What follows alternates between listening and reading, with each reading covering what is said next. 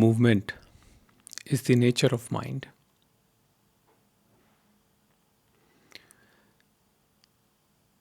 And that is why when you become still, when you sit all by yourself without any electronic device, it's difficult for you to just stay in that.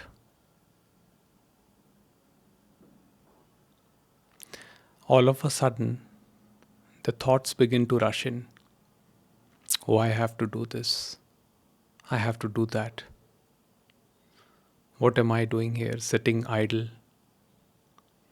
Why am I wasting my life? Why am I wasting precious time which I can put to more productive use for my self betterment, for my self improvement?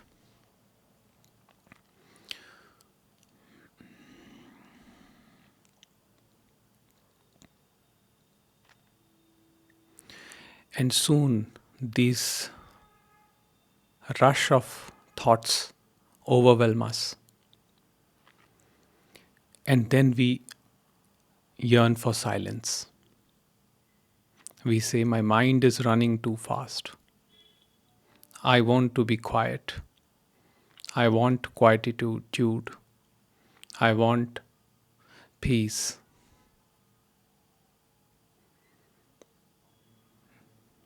It is very difficult for us to do nothing because our mind is so conditioned to be doing this thing or that thing.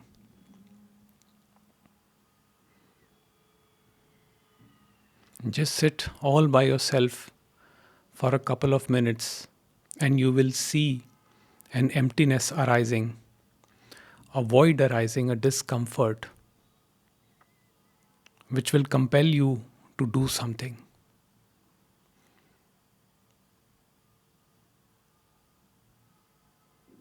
Mind's nature is movement.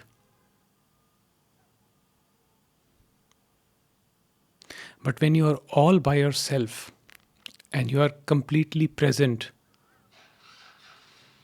to what is arising without any resistance, without any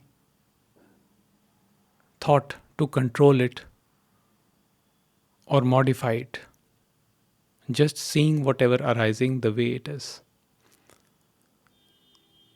which includes everything, the thoughts and the sensations they produce, and the further thinking that propagates into. What happens is that the thoughts at some point begin to slow down, and they eventually merge back into that from where they arose. So behind this movement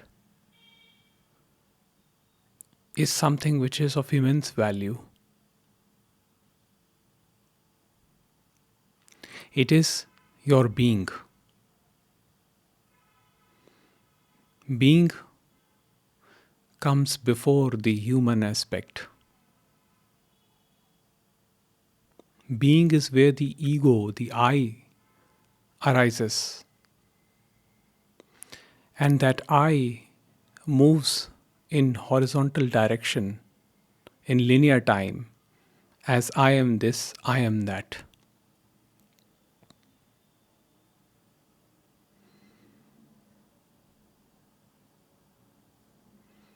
This movement is what is mind designed to do. And there's nothing there's nothing wrong with that.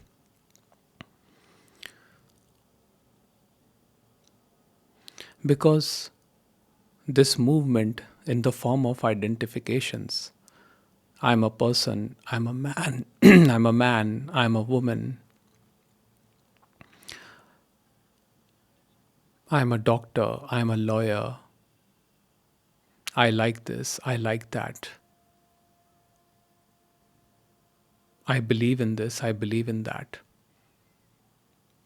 All of this movement helps with interpersonal interactions because without these identifications,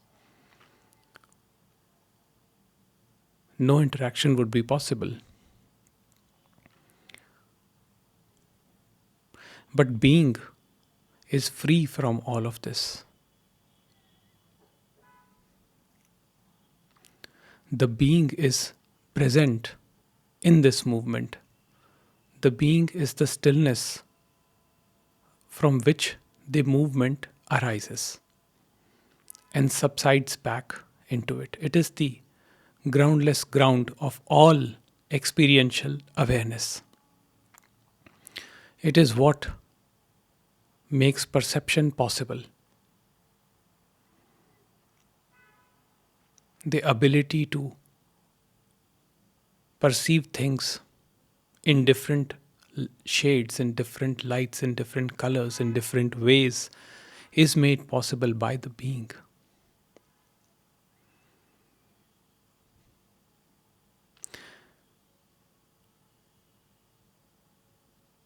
This being itself arises as the person.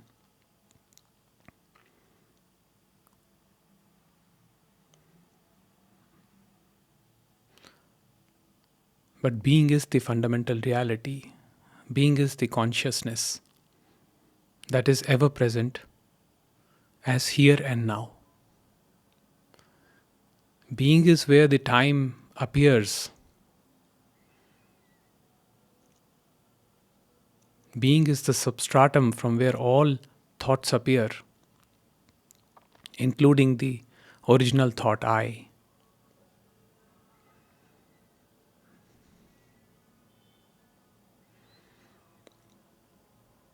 So when you are with this I thought,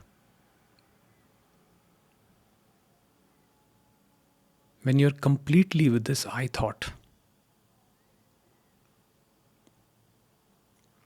then you see that you are not the I, you are the being.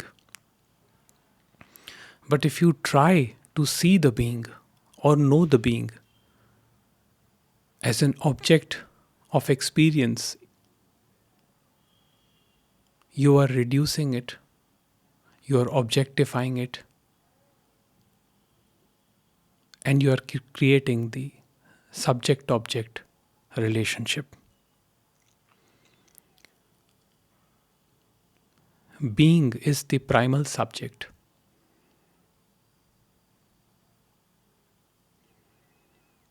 While the thoughts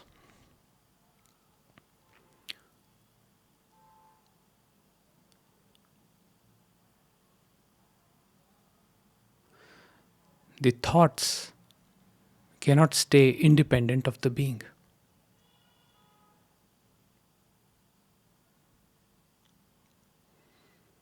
However, the being can stand by itself,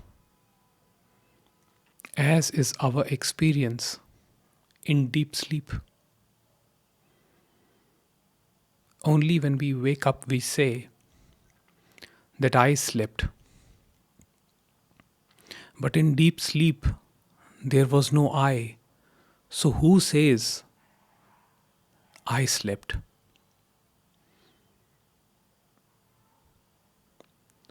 In deep sleep, being as the pure I shines itself without illuminating any object of experience. In deep sleep, the awareness witnesses the absence of objects, including thoughts.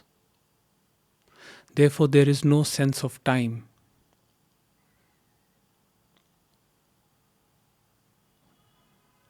The deep sleep appears as a blank state, but the blank is also known.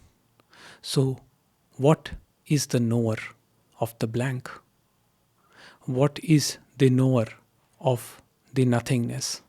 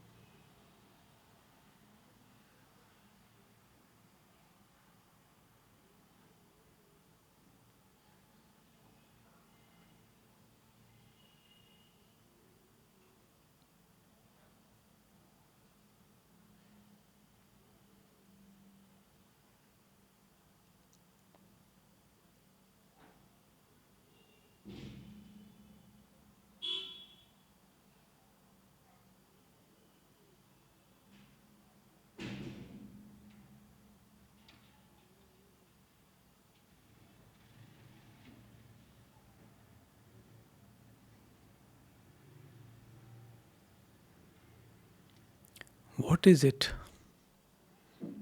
that we seek? What is it that we really want? We say that we want happiness, that we want peace, and we seek it in the external world. The mind's idea of happiness is accumulation. The accumulation of pleasures through material or spiritual or philosophical or intellectual. But accumulation only adds to the mind.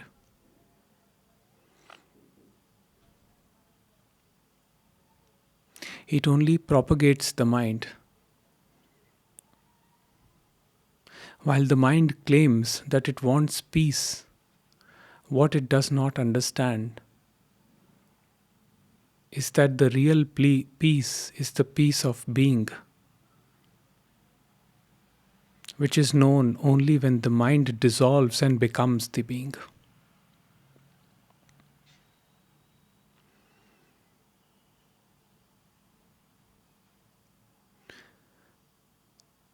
The being is the unconditioned state or unconditioned mind. That is the first experience.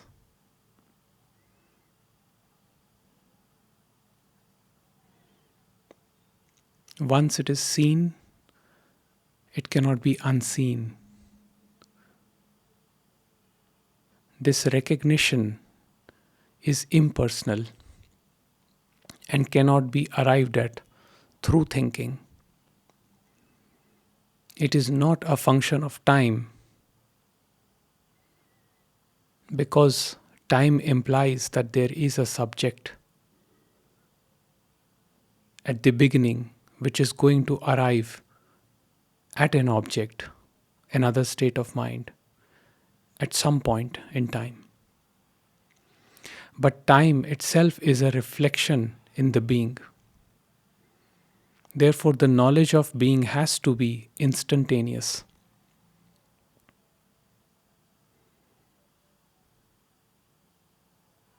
It is simply this, because this is where everything is arising. This is limitless. This is boundless. This is nothingness and everything at the same time. This does not discriminate. This does not create divisions like good or evil, vice or virtue, moral or immoral. In this, there are infinite potentialities out of which some actualize.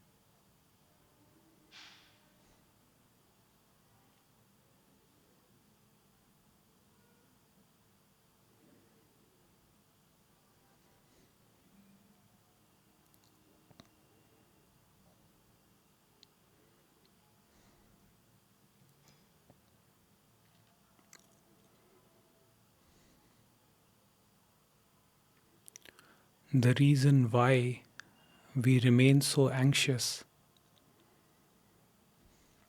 is that following this mind's nature to move, we always remain preoccupied with fantasies. Fantasies that have no concrete existence. Fantasies in which we are the perfect lovers, we are the perfect human beings, we have no financial troubles,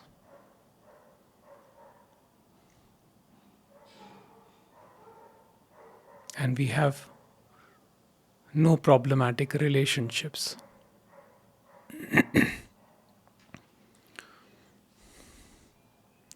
Through all such activities which create this image, which is a projection, the mind brings attention to itself.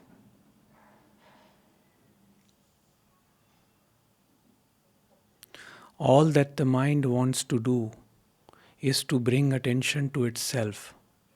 So its every move is geared towards that objective.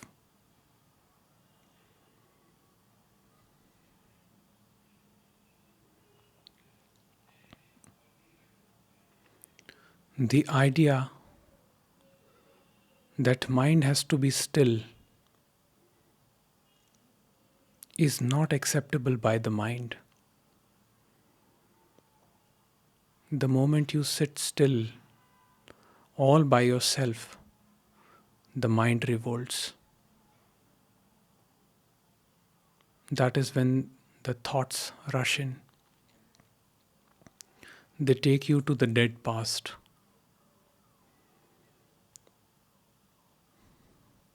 And you relive the past, which makes you sad. Or it takes you to an imaginary future, which creates anxiousness.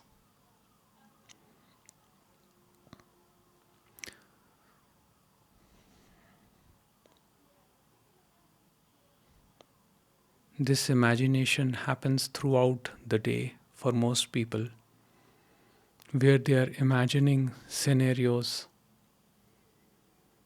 they are imagining themselves to be successful, they are imagining themselves to be in perfect health, they are imagining themselves to have the perfect lover.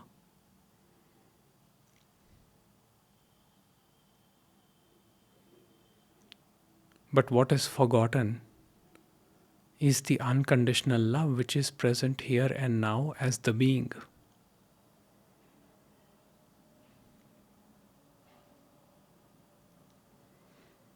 The recognition of being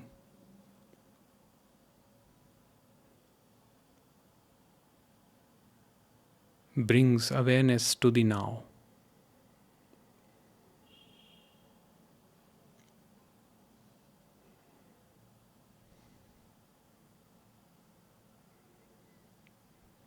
In that, any movement towards the past or future is arrested, and the mind has no option but to revert on itself and ask, who am I?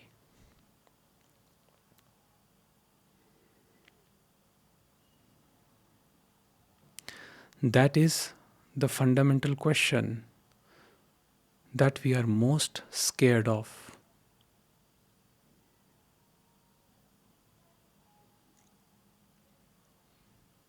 We make excuses. We divert attention to substances, objects, or other states of mind because that question, who am I, is troubling for the mind.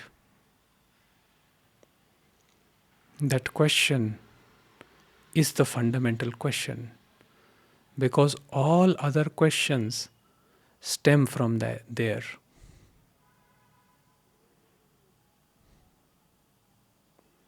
The root of all problems, as perceived by the mind, is the I thought.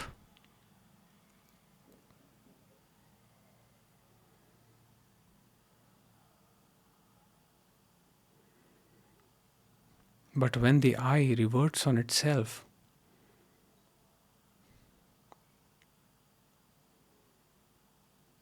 that is when the bliss happens.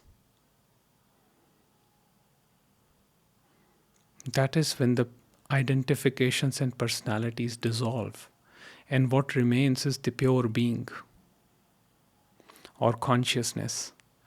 That is our true nature. That is when all questions dissolve, because the root of all questions is, who am I?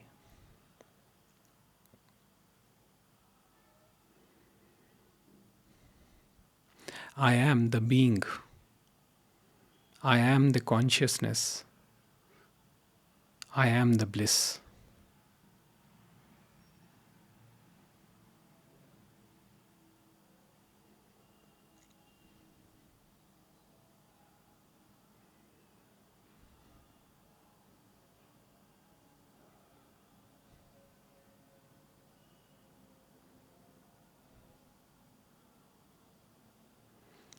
When the mind has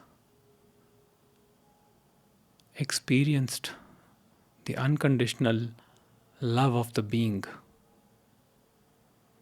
when it has tasted that bliss or had a glimpse, even for the minutest of second, it is never the same again.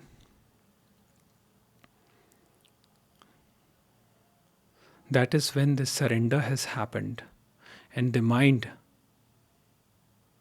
becomes aware of its true nature, which is the being.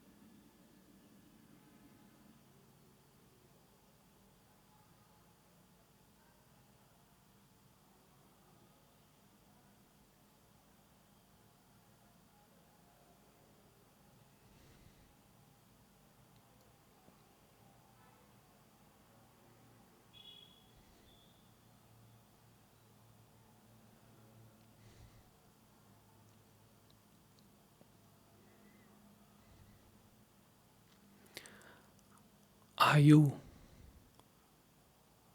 capable of doing nothing? Nothing cannot be done, but you can become nothing simply by being.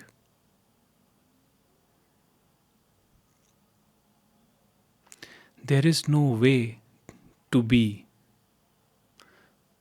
because every way to be would be to be this or to be that. Simply be.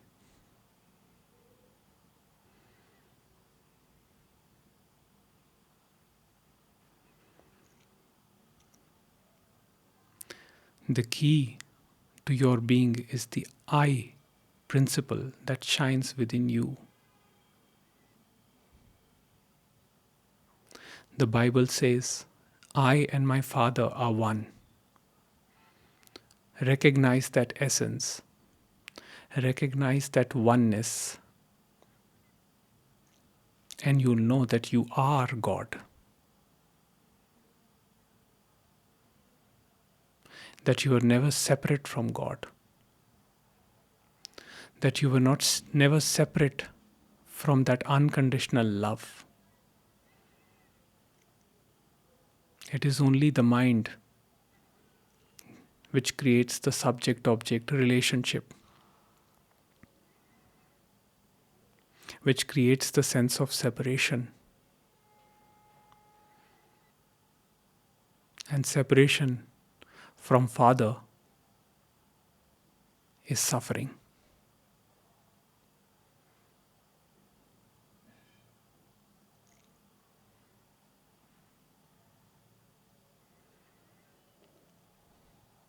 Your being is eternal, it is complete, it is wholeness. Therefore, nothing completes it, as it is never fragmented. But the mind is fragmented.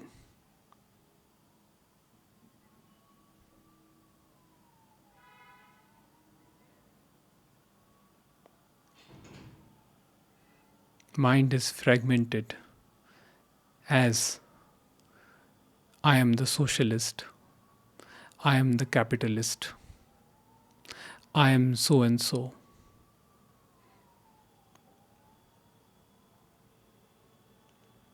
I am a conservative, I am a Democrat, I am a Republican.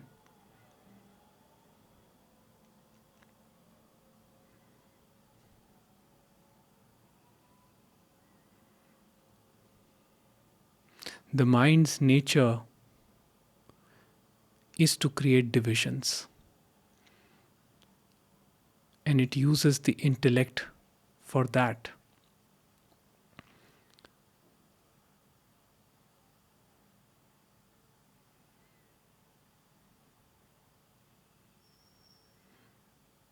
But the intellect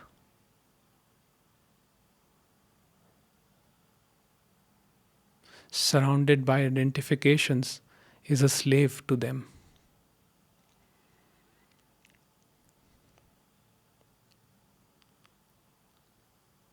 So, intellect will keep creating further divisions. If you are a Republican, it will immediately create divisions that some are better Republicans and the others are not better Republicans. Some are better Democrats and the others are not better Democrats. It is the mind's nature to divide, to polarize. And that is why we have lost our peace in the modern world, because we have become polarized. As mind creates more and more identifications.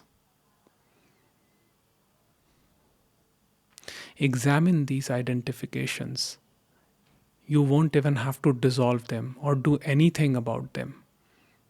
Just see them for what they are. And you will find that what resides in these identifications is the being. They all arise from there and they all go back from there. In deep sleep, you are not a left or a rightist. In deep sleep, you are not a male or a female or any other gender. In deep sleep, you are not a Christian, you are not a Muslim, you are not a Hindu, you are not a Jew. In deep sleep, you are pure, unconditional love. That is your being.